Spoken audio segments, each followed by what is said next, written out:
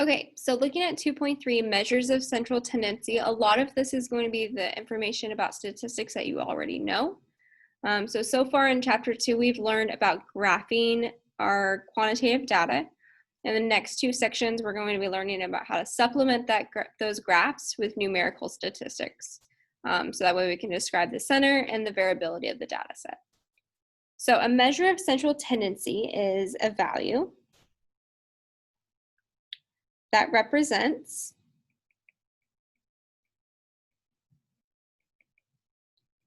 a typical or central entry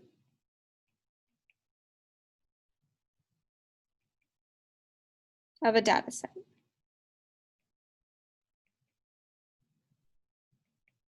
Okay.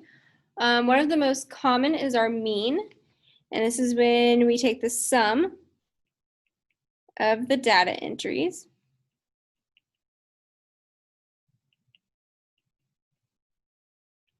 divided by the sample size.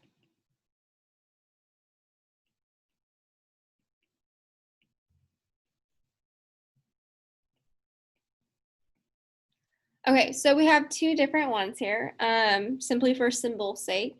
So the population mean, we're going to use the symbol mu, which looks like a fancy U, equals the summation of x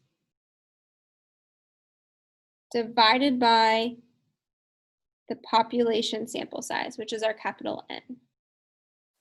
And then our sample mean, which is the one we find more often, is x bar, which equals the summation of x again, but divided by our sample size, N. Our round off rule, thing to be careful about here, this is always going to be 1 more decimal than the original data.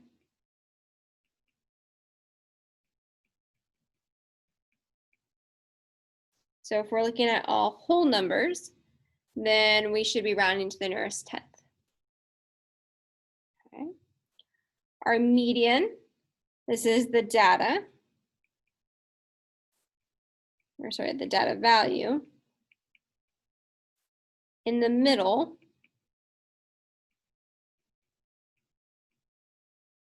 of an ordered data set.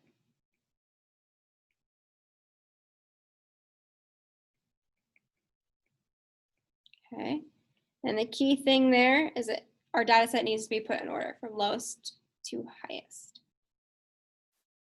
The mode is the data entry.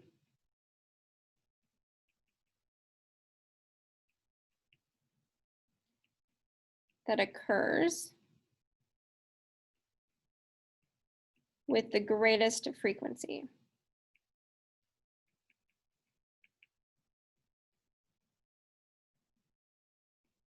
Or that occurs the most often. And then we have a data set that's bimodal when 2 data entries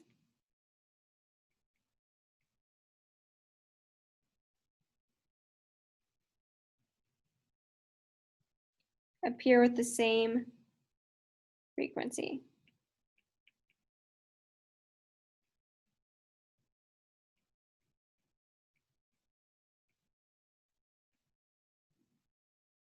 Okay, so an example, we have the weights in pounds for a sample of adults before starting a weight loss study are listed.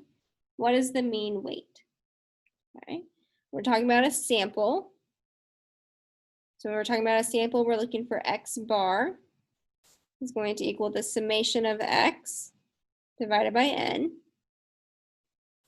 So if we add up all of these weights, we get 1,810 divided by the 7 values that we have.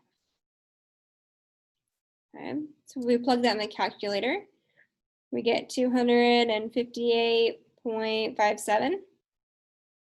But then we have to remember our round off rule, and I'm going to abbreviate that with RR. Since we were looking at whole numbers, we're going to round to 1 more than what we had. So that would give us 258.57. 2.6. Okay, our median weight, we want to put them in order first. So our smallest number is 223. Then we have 235 listed twice. Then 268, 274, 285, and 290. And then we're going to go through and we're just going to eliminate one on each side until we find our middle. So our median is 268. Okay, so now what if the adult weighing 285 pounds decides to not participate in the study? What is the median weight of the remaining adults? Okay, so if we take out that person, I'm going to rewrite our numbers: 223, 235, 235, 268, 274, and 290. So again, we're going to cross off bottom to the top. But now we need to find our median, is these two inside numbers. So what we're going to do is we're going to find the middle between those. Okay, so we're going to find that average. So what we're going to do is we're going to take 235 plus 268 and just divide by 2. Okay, if we do this, we get 251.5. So anytime you have an even data set, you're going to have to find the average. And then to find the mode of the listed weights, which one occurs the most often, was 235.